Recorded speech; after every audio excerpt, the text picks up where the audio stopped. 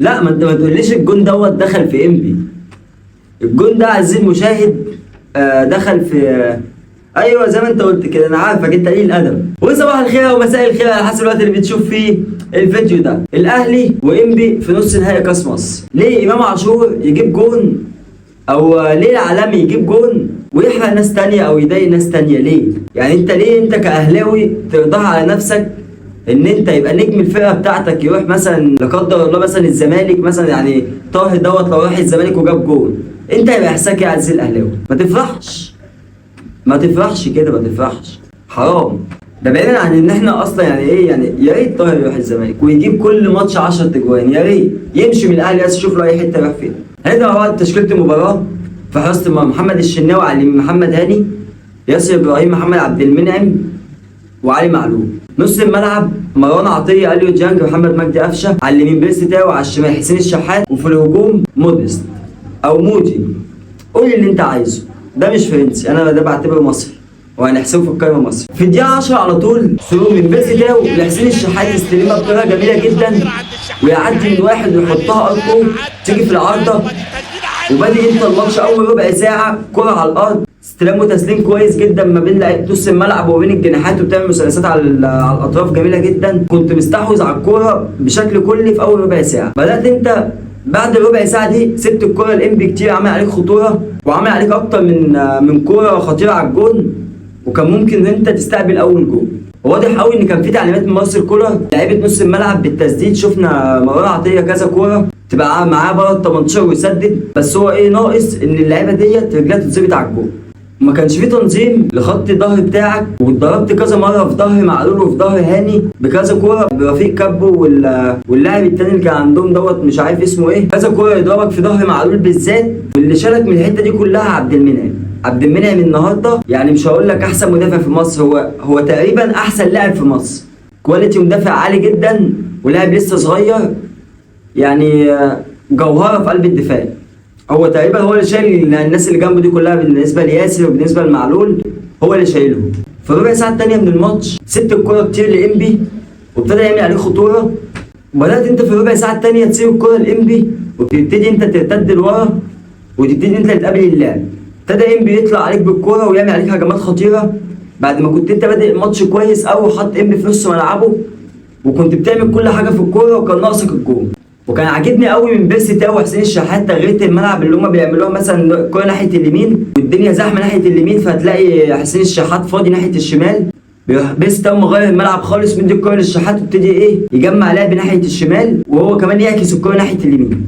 يعني هما بيجمعوا لعب مثلا ناحيه اليمين تكون الشمال فضيت، يغير الملعب خالص ناحيه الشحات ويبتدي ايه الهجمه الخطيره او تبتدي الخطوره بتاعتك من الجبهه المعاكسه لتجميع الكوره. وفي الدقيقه 33 حسين الشحات يبعت الكوره لاليو ديانج من ورا متسقطه، يستلمها كويس قوي اليو ديانج ويحط المدافع في ظهره وياخد منها ضربه جزاء عشان يخش معلول يجيب الجون الاول. وعجبني حاجه حلوه قوي بتعملها لعيبه الاهلي خصوصا مع معلول، لو الاهلي جاله ضربه جزاء في اي ماتش بقى مهم او مش مهم، بيبتدي حسين الشحات او محمد هاني او ايا كان اللاعب مين اللي معاه الكوره، يبتدي هو يحطها على منطقه على نقطه ضربه الجزاء، ومعلول يسيب النوش اللي مع حاصل كله في قلب ال 18 والخناقه اللي مع الحكم والخناقه اللي مع اللاعب اللي هيشوط، ومعلول يسحب نفسه ويقف ورا خالص بعيد عن الدوشه ديت، ولما تتحسب ضربه الجزاء تلاقي معلول جوه اللي جاي يشوط. دي من وجهه نظري نقطه خبره كبيره جدا عند علي معلول، ان هو بيبعد عن النوش دوت. مش عايز افصل انا من حاجه، يعني مش عايز اللاعب يتكلم معايا زي مثلا ما حسين الشحات خد انذار، ولا مش عارف محمد هاني اللي هو اتخانق مع اللاعب اللي كان مش عايز يحط الكوره على نقطه البلانتي. وفي يعني مفارقه غريبه قوي، مش عارف انا الوحيد اللي حسيتها ولا في حد تاني شافها. انا شايف ان ديانج كورته اتحسنت قوي والكوره تحت رجليه ما بقتش صعبه زي الاول، ولا بقت كيمياء ولا فيزياء ولا زي ما هو كان بيحسسنا الاول ان الكوره صعبه قوي. لا الكوره بتاعت اليو ديانج بقت كويسه قوي، بقى يعرف يستلم ويعرف يسلم ويعرف يعدي من واحد واثنين. ديانج كورته بقت حلوه قوي. والغريب في الموضوع ان انت احسن لاعب عندك اصلا كان بيطلع بالكوره هو اللي بقى مش عارف بامانه ما بقاش يلعب عرضيه صح ولا يلعب كوره صح، مش عارف في ايه. علي معلول تقريبا يعني في الشوط الاول يعني شفت له بتاع 5-6 عرضيات ما فيش واحده وصلت. مش عارف بقى علي معلول دي لياقه بدنيه، ولا هو علي معلول مش في الفورمه، ولا هو كبر، ولا معرفش. وهل ده اللاعب اللي انت هتخش تلعب بيه السوبر الافريقي وهتلعب بيه كاس العالم؟ علي معلول فوق دماغي وكل حاجه، انا مش تاريخ واسطوره وعمل كل حاجه مع الاهلي، بس انا بقول ده لاعب كبر. بدل ما كنت طلعت لي حسين الشحات في الدقيقه 66 ولا الدقيقه 67 وبيرسي تاو، ما تطلع معلول يا عم، انت كسبان 2-0. طلع معلول ريحه، عندك ماتش الاسماعيلي وبعد كده هيروح يلعب مش عارف مع تونس في طوكيو في اليابان. ايه ده؟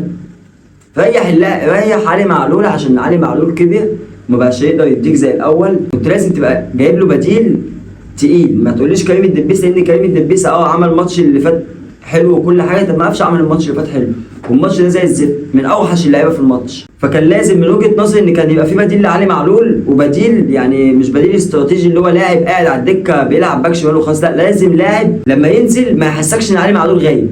ملخص الشوط الاول، الاهلي قدم كوره كويسه، ليك اكتر من فرصه، الكوره بتاعت العارضه وليك كذا فرصه على الجون، زائد اصلا ان انبي بيلعب كوره عقيمه طول الشوط الاول. حتى بعد ما دخل فيه الجون هو حافظ مش فاهم، انت دخل فيك جول، انت بتدافع ليه بال11 لاعب ولا بال10 لعيبه اللي عندك؟ انت بتدافع ومخلي لازم يبقى فيه يا جدعان تغيير للفكر بتاع المدير الفني المصري ده. يعني كابتن تامر مصطفى ولا مش عارف اسمه ايه بتاع انبي دوت، هو مش لوحده، هي كل المدربين المصريين في مصر لما بتيجي تلاعب الاهلي او الزمالك بيدافعوا، هم بيدافعوا بال10 لعيبه، هو كل اللي عندهم انا عايز اطلع بالماتش ده تعادل، عايز مثلا اوصل. تلعب يا عم هاجم، وانت كده كده بتخسر الماتش، ما تهاجم وخلي في كوره حلوه هنا وهنا ممكن تكسب. اشتغل على نقط ضعف النادي الاهلي ولعبه. الاهلي مثلا عنده علي معلول مثلا ضعيف في الدفاع، عنده محمد هاني مثلا كويس في الهجوم، ارمي حد على علي معلول والعب على نقط ضعف الاهلي، العب كوره، ما تفضلش مترصص لي بال10 لعيبه تحت ومستني تقطع الكوره على لاعب سريع وتعمل هجمه ما دي مش كوره يا جدعان. ويخش الشوط الاول على كده. نبتدي الشوط الثاني في الدقيقه 49 على طول، كوره من محمد هاني يستلمها حلوه قوي ويعدي من واحد والتاني ويشوطها بشماله تطلع بره. في الدقيقه 51 على طول في نفس الكوره اللي طلعت بره من محمد هاني، انبي يبتدي يحضر لعب. الضغط العالي للاهلي مميز فيه جدا، واللي انت بتضغط يعني بتضغط باليو ديانج مثلا وموديست او كهربا ايا كان وبيرسي تاو والشحات، تضغط من قدام، بتعرف تفتك الكرة بسرعه، بتعرف ترجع الكرة بسهوله. يغلط العجوز نص ملعب انبي ويرجعها لموديست عشان يجيب الجول الثاني، وشاطها بطريقه وحشه قوي. مش عارف، مستغرب انا ايه ده منظر مهاجم كان بيلعب في اوروبا؟ ده كان بيلعب في بروسيا دورتموند في المانيا، كان هياخد الدوري السنه اللي فاتت من بايرن ميونخ. مش عارف يعني مثلا بص، هات لي مهاجم من الناشئين اديله الكره دي هو والجول، انت لو الكره خبطت في المدافع ما كانتش هتيجي جول. هات لي مهاجم من الناشئين الاهلي واديله الكره دي كده، لو ما حطهاش في سقف الشبكه كده خلاها شمعت في الجول بقى، انا ما بفهمش حاجه. وجات له برده الكره زيها بالظبط من قفشه اداها له، شاطها برده وحشه قوي. مش عارف بقى دوت هو بقاله كتير بعيد عن الكوره ولا انا مش عارف اي حاجه، ما كنتش متابع يعني، ما كنتش متابع هو في بروسيا دورتموند بيعمل ايه ولا بيلعب ازاي ولا اي حاجه. بس اللي اعرفه ان الكواليتي لاعب جاي من اوروبا بيلعب في التحامات جامده جدا، واللاعب ده الكوره زي دي ده لو بلعب برجل واحده هجيبها جول، مش المدافع اللي دخلها جول وانت قشرتها بره. معاك بقى من بعد الجول لحد مثلا الدقيقه 60 ولا الدقيقه 62 انبي بقى مسك الكوره، يعني انت بعد ما جبت الجول على طول انبي مسك منك الكوره وابتدى بقى ايه تك تك تك تك، كوره واثنين وثلاثه، والكوره اللي الشناوي شالها ديت كوره واثنين وثلاثه اجوان، والجول اللي دخل فيك اوف سايد. ياسر ابراهيم بيعمل فاولات في اماكن ملهاش اي 30 لازمه، وصوتنا اتنبح ان احنا نقطه ضعفنا الكور الثابته اللي على حدود 18. انا كنت قاعد بتفرج على الماتش مع واحد زميلي قاعد، والله اول ما الفاول اتحسب قلت له ياسر ابراهيم بيعمل فاولات في حتت غريبه، والمشكله ان فاول زي دوت ممكن يخلي الفرقه دي تخش الماتش معاك، والكوره جت جون بس الحمد لله اوف سايد. والله هذا حصل، وكان باين بقى من اول الشوط الثاني اللي انت لازم تسحب لي قفشه وحسين الشحات وتنزل لي بقى كريستو عبد القادر. يعني مثلا هتسحب الشحات تنزل لي يا كريستو يا عبد القادر مكانه، وتسحب لي قفشه وتنزل لي امام بقى كده من اول الشوط الثاني. ما قفشه باين قوي اللي هو خلاص احنا لما يجي نلاعب فرقه مثلا في دور 32 هنلاعب فرقه في كاس مصر مثلا صاعده من القسم الثاني، نلعب قفشه في الماتش ده هيبدع، هيجيب جون واثنين وهيعمل اسيست وهيعمل كل حاجه. لكن لما تكون بتلعب مش عارف قفشه فين، قفشه فين طول الماتش ما عملش اي حاجه. افتكر لي انت، فاكر انت اي حاجه قفشه عملها طول الماتش؟ ما تفتكرش حاجه، كان وحش جدا. قفشه طول الماتش ما عملش اي حاجه غير الحسنه الوحيده اللي تحسب له، وموديست ما رضيش يكملها له عشان ما يتحسبلوش اسيست في الماتش. الكره اللي هو لف ورجع بيها ديت وكان داخل على الجول لوحده وراح جاي عادلها لموديست وحطها له وشاطها يعني مش عارف، مش ما عملش حاجه، طلعت بره اتحسبت ركنيه. في الدقيقه 67 كولر يقرر ينزل العالمي وكريستو. ما خلاص بقى، ما انت ما تسالنيش مين العالمي، ما تسالش نفسك مين العالمي. انت اول ما تسمع العالمي تعرف ان هو امه خلاص. يقرر ينزل ابنه وكريستو ويسيب لنا قفشه في الملعب ويطلع حسين الشحات وبيس تاني. في الدقيقه 76 يقرر يطلع قفشه وينزل كوكا مكانه في نص الملعب عشان ابتدى يحس ان في خطوره عليك من انبي، فابتدى كوكا ينزل يطلع بالكره مع مروان عطيه وتبقى كورتك اسهل في الطلوع شويه. ولما كوكا نزل او قبل كوكا ما ينزل اصلا كان امام عاشور بيلعب جناح شمال، وكان يعني ايه امام عاشور يلعب جناح شمال على فكره كويس جدا، وده كان اصلا مركزه، يعني كان في الزمالك قبل ما يجي الزمالك وفي اول فترته مع الزمالك كان هو بيلعب جناح شمال اصلا، بس اللي خلاه اتشال من المكان دوت ان بن شرقي كان بيلعب فيه. فطبعا امام ما كانش هيلعب على بن شرقي، هو لسه جاي من مش عارف كان جاي من طنطا ولا من حرس الحدود مش فاكر، من غزل المحل. امام عاشور كان جاي من غزل المحل، فطبعا مش تبقى لسه جايب لاعب من غزل المحله هتلعبه على بن شرقي اللي هو كان نجم الفرقه ساعتها. فابتدى ان هم يلعبوه في نص الملعب وتألق في المكان ده جدا، وبقى هو نجم الفرقه في نص الملعب في مركز 80. في الدقيقه 80 ميمو يالا كرة تعمل عرضيه، المدافعين يطلعوها من علي معلول، المدافع يطلعها يستلمها امام عاشور على خط ال 18 والكرة ياخد المدافع اللي في وشه يعدي منه ويحطها في سقف الشبكه. الكرة اللي انا كنت بتكلم عليها ان موديست المفروض اي كرة زي دي جوه ال 18 انت عارف مكان الجون فين. العالمي او ميمو يالا يجيب جون جميل ويبسط معانا كل الاهلاويه ويتسبب في بال تاريخي على الصيدليات وكنا كومب والمرام اللي هي بتاعت مش عارف انا ماليش دعوه.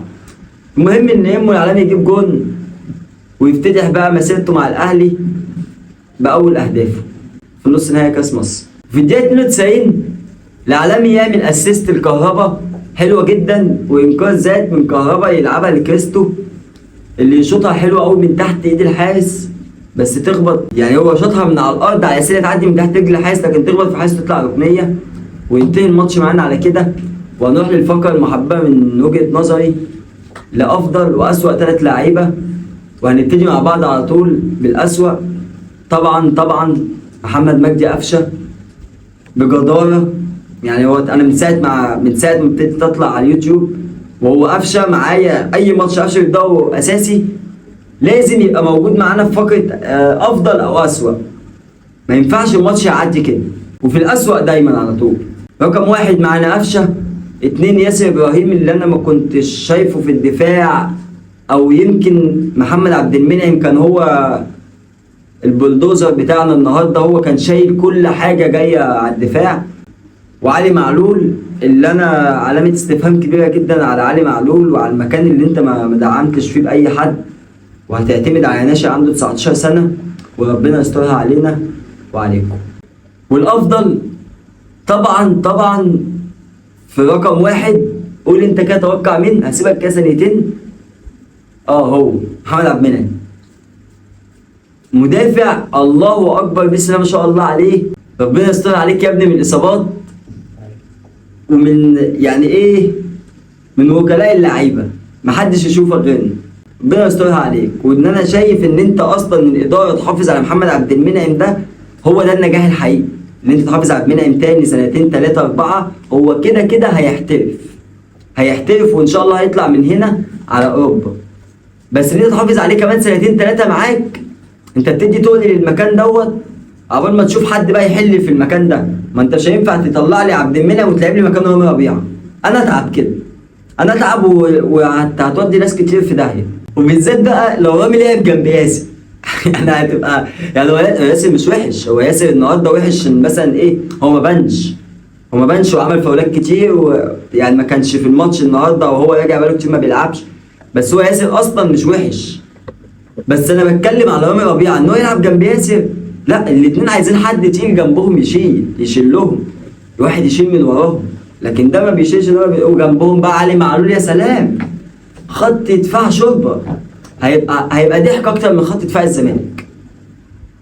ربنا يستر عليك يا ابني. تاني واحد معانا اليو ديانج، اللي كورته اتطورت بنسبه 70 80%، كورته بقت كويسه، والنهارده ضربه الجزاء اللي جايبها لك وفي كذا كوره، هو طبعا الكوره تحت رجليه بقت حلوه وبقت كويسه، واتمنى يستمر على كده. تالت لاعب معانا محمد هاني، اللي خبرته بقت حلوه في الملعب، وبقى عنده خبره وبقى تقيل في مركزه، من فاولات بقى، من تعديه، من العرضيات، النهارده عمل عرضيتين ثلاثه كويسين، نتمنى الاستمرار على كده. وبس كده، وصلت معايا في الحته دي في الحلقه، ما تنساش تعمل لايك وسبسكرايب وتفعل زر الجرس تاني الحلقات الجديده. سلام.